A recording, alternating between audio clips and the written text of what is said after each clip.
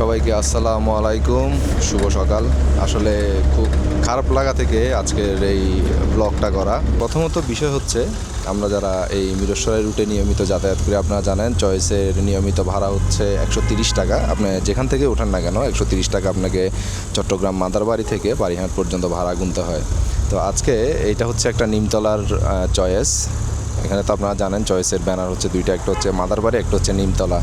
এটা হচ্ছে নিমতলার চয়েসটা। তো ওঠার পর যে অসঙ্গতিগুলো চোখে পড়লো আপনাদেরকে একটু দেখাই। প্রথমে সিটের কন্ডিশনটা একটু দেখেন, লেগ স্পেস খুবই কম, নাই বললেই চলে। আপনারা দেখেন এখানে যারা দুই সিটে মানুষগুলো বসছে, কিনারা সিটে যারা বসছে তাদের হাঁটুর অবস্থা বা পায়ের অবস্থাটা একটু দেখেন, একদম এক পা কিন্তু অলরেডি বাইরে চলে গেছে। অর্থাৎ 130 টাকা দিয়ে ভাড়া দিয়ে যাবেন বললে বা শুনতে খারাপ দেখায় যে ফোনদের ভাড়া একটা বাইরে দিই, তারপর আপনারা যাবেন 130 টাকাতে চয়েসে যাবেন। এই দেখেন চয়েসের অবস্থা, এটা হচ্ছে অবস্থা। এইদিকে দুই সিটে যে মানুষগুলো বসছে, পাশের যে এই কর্নারের যে মানুষরা, তাদের অলরেডি একটা লেগ স্পেসের জায়গা তো নাই, একটা পা অলরেডি বাইরে দিয়ে বসতে হচ্ছে। আপনাদের প্রত্যেকটা সিটের একদম কিনারার যে মানুষটা বসছে তার সমান অবস্থা।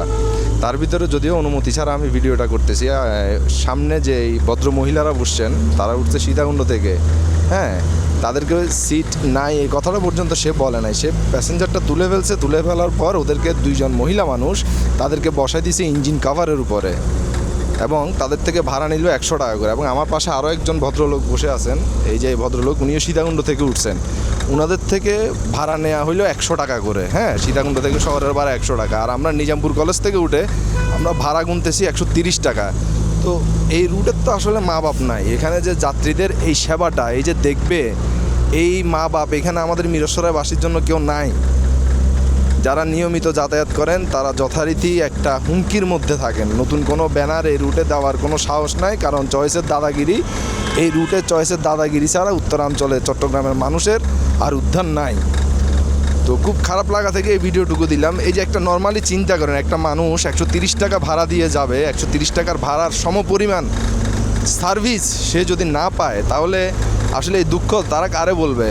ইমার্জেন্সি সকালবেলা সকালে সকলেরই কাজ থাকে। শহরে যারা আমরা নিয়মিত যাতায়াত করি, হয়তো জীবিকার তাগিদে অথবা প্রয়োজনীয় কোনো কাজ ছাড়া যাতায়াতের তো কোনো প্রয়োজন হয় না। তো যারাই যাই না কেন, এই 130টা টাকা দিয়ে যে আমরা যাই, এই 130 টাকা সৎ ব্যবহার কি এটা? আর হ্যাঁ, ছোট্ট আরেকটা বিষয়, সেটা হচ্ছে যে ভাড়ার যে ব্যাপারটা, আমরা যারা শহর থেকে ফেনীর ভাড়া বা ফেনীর দিকের যে ভাড়াটা, সেটা হচ্ছে আপনার ডিস্ট্রিক্ট বাসে তথা ডাইরেক্ট সার্ভিসে যদি যান 170 টাকা, 150 টাকা, 170 টাকা। ওই ক্ষেত্রে আমরা 130 টাকা পর্যন্ত এই চয়েস সার্ভিসে আমরা গুনি। তাহলে সীতাকুণ্ড থেকে 100 টাকা করে সে লোকাল নিবে, আবার উঠানামা 130 টাকার পায়তারা করবে। মানুষজন যেভাবে বাড়তেছে ভাড়াগুলো, তারা ওভাবে কালেক্ট করতেছে। এটা আসলে সত্যিকার অর্থে খুব বৈষম্যমূলক আচরণ এই ব্যানারটাতে হয়, চয়েসের ব্যানারটাতে হয়। এবং আমি একজন সাধারণ যাত্রী হিসেবে চয়েস ব্যানারের এহেন কর্মকাণ্ডের জন্য একদম ধিক্কার, তীব্র নিন্দা জানাই। এগুলো কে দেখবে? এগুলা এত খারাপ কোয়ালিটি, গাড়ির কোয়ালিটি, সিটিং পজিশন থেকে শুরু করে এবং এদের অ্যারেঞ্জমেন্ট কোয়ালিটি এত পরিমাণ খারাপ, যারা নিয়মিত যাতায়াত করেন তারা জানেন। তো এই জিনিসটা আমার কাছে খুব খারাপ লাগলো। এই ভদ্র মহিলাদের সাথে সে উল্টা আরও বার্গেনিং করতেছে। হ্যাঁ, এখানে যে স্টাফরা আছে তারা উল্টা বার্গেনিং করতেছে যে এই ভাড়া বা এই আনুষঙ্গিক ব্যাপার নিয়ে। এটা আসলে খুবই দুঃখজনক।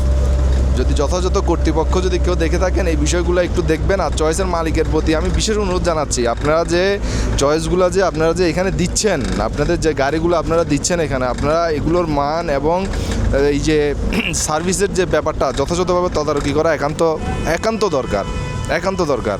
কারণ হচ্ছে যে আমরা নিয়মিত যাতায়াত করি, আমরা এমন না যে বছর 6 মাসে একবার গেলাম 130 টাকা ভাড়া দিয়ে গেলাম, এটা আমাদের কোনো সমস্যা না বা এটা আমাদের কোনো কারণ নাই। এই গাড়িগুলোর কোনো রাস্তায় কোনো ফিটনেস নাই গাড়িগুলার, এবং সিটিং অ্যারেঞ্জমেন্টটা এত বাজে, উত্তরার থেকেও খারাপ। এই যে আপনি দেখেন প্রত্যেকটা মানুষের হাঁটু একদম সিটের সাথে লাগোয়া, এবং একটা পা অলরেডি তারা বাইরে বের করে দিছে, দুইজন একসাথে বসাই যাচ্ছে না এই সিটগুলোতে। এগুলো খুবই হতাশাজনক। যথাযথ কর্তৃপক্ষের দৃষ্টি আকর্ষণ করতেছি। আর যারা এই ধরনের এক্সপিরিয়েন্স বা কোনো কিছু অভিযোগ আমাদেরকে জানাতে চান, অবশ্যই কমেন্ট বক্স খোলা রইল, আপনারা মন্তব্য করে যেতে পারেন। আর ভিডিওটা অবশ্যই শেয়ার করে দিবেন যাতে সবাই দেখার সুযোগ হয়, এবং এই যে চয়েসের এই উত্তরাঞ্চলে মিরসরাই তথা চট্টগ্রাম উত্তরাঞ্চলের যে দাদাগিরি, তাদের এই দাদাগিরি বন্ধের জন্য যথাযথ ব্যবস্থা নেওয়া হয়।